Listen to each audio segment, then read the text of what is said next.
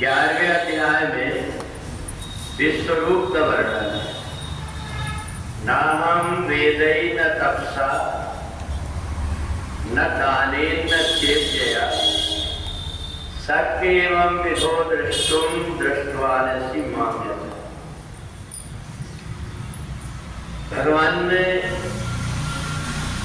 अपना विश्वरूप को दिखाते हुए ये स्पष्ट कर दिया कि कोई व्यक्ति वेद पढ़ ले तो वो परमात्मा को नहीं जान सकता, कोई तपस्या कर ले तो परमात्मा को नहीं जान सकता, कितना भी यज्ञ कर ले तो भी परमात्मा को नहीं जान सकता।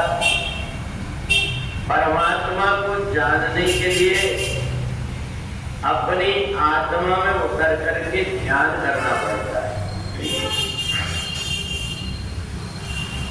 जब तक कि व्यक्ति अपने आत्मा में उतर करके ध्यान नहीं करेगा तब तक वो परमात्मा के विषय में जान नहीं सकता, परमात्मा को पहचान भी नहीं सकता। अर्जुन के सामने भगवान खड़े थे, पर न तो भगवान को पहचान पाया और न उनके प्रभाव को जान पाया। क्योंकि अगर कोई व्यक्ति वेद शास्त्रों को, पुराणों को तोता जैसे रट करके अगर दूसरों को सुनाने भी लगे तो वो ज्ञानी नहीं कहलाता। अगर कोई व्यक्ति बढ़िया सी एक नाव का चित्र बना करके और उसमें अच्छा बढ़िया रंग भर दे और लोगों को ये बता दे कि ये नाव इस पार से उस पार नदी के कर देती, व्यक्ति डूबता है। अगर उस कागज की नाव में ऐसे ही बना करके व्यक्ति अगर नदी में उतरा तो वो डूब जाए, क्योंकि कागज की नाव पार नहीं पार कर पाती। ऐसे ही पढ़े चारों वेद को शास्त्र में विद्वान आत्मज्ञान जाना नहीं पूरा पाठ समान। कितना भी वेद शास्त्र पढ़ ले व्यक्ति, बड़ी अच्छी अच्छी बातें करने लगे, अच्छे अच्छे भजन गा करके तुमको सुना दे, परंतु ये मत समझ लेना कि वो परमात्मा को जान लिया। उसने जैसे तोता को कहते हैं हम, तोता राम राम कहे तो वो राम राम कहने लगता है, पर तोता राम जी के विषय में जान नहीं पाता, वो केवल बोल पाता है। और इसलिए 11वें अध्याय में भगवान ने कहा कि तुम जब तक कि अपनी अंदर की आंख को नहीं खोलोगे, जब तक कि तुम अंदर प्रवेश नहीं करोगे, तब तक तुम दिव्य आनंद को प्राप्त नहीं कर सकते। और इसलिए जब हम कभी ध्यान में बैठे तो ध्यान किसका करें? दिखता है जो रूप विषय सुनना शब्द कहावत है, मन वाणी में आवत नहीं, तो किसका ध्यान लगाता है? अगर आंख बंद करके व्यक्ति बैठ भी गया तो किसका ध्यान लगाएगा? उसने परमात्मा को ना जाना है और ना तो देखा है। हमें जो बताया गया है चित्र, हमें जो बताई गई है मूर्ति, ये परमात्मा की मूर्ति है, ये किसी ने हमें बताया, परंतु ये परमात्मा है ये पक्का नहीं। और परमात्मा क्या है ये जानने के लिए जिन खोजा तिन पाइया गहरे पानी पे, जो व्यक्ति खोजता है उसे ही परमात्मा की प्राप्ति होती है। और इसलिए अपने आवाज से ऐसे संत है जो ठीक ठीक सत्यवाणी बोलते हैं, आदमी को बुरा लगता है। तुम कहते हो कागज लेकी, मैं कहता हूं आंखों देखी।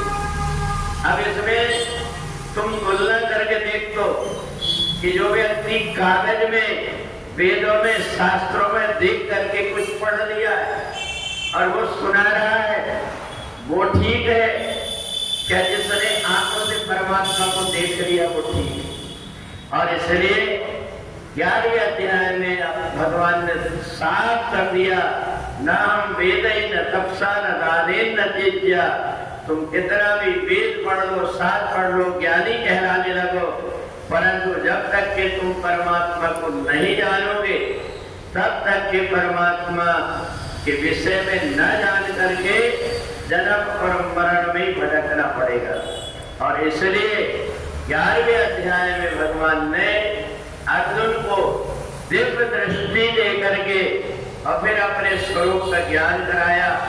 और यही दिव्य दृष्टि हमें अगर प्राप्त करना है तो हमें अपने अंदर में झांकना पड़ेगा। चाहे आप सबके बीच में बैठे हों, पर अंदर की यात्रा प्रारंभ करना पड़ेगा।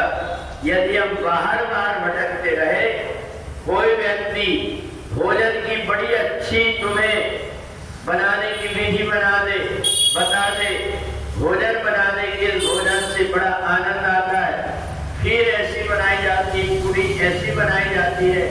ये सब करने के बाद में बना करके भी तुम्हारे सामने अगर कोई रख देता है तो भूख तब तक नहीं मिटती जब तक कि भोजन न किया जाए। इसलिए हमें इधर उधर न भटक करके और धीरे धीरे अपनी आत्मा में उतर करके जब तक हम परमात्मा को नहीं जानेंगे तब तक कि हम अगर आंख बंद करके बैठे रहे तो या तो नींद का झोंका आएगा या इधर उधर की दुनिया भर की बात, माला तो कर में फिरे, जिभ्या फिरे मुखमाय, और मनवा को फेरत नाय। तो जिस प्रकार से सब तरफ ये मन घूमते रहता है, उस मन को अगर फेर करके जब तक परमात्मा में नहीं लगाएंगे तब तक कितना भी माला फेरते रहो, इधर उधर तुम्हारा मन भटकते रहेगा।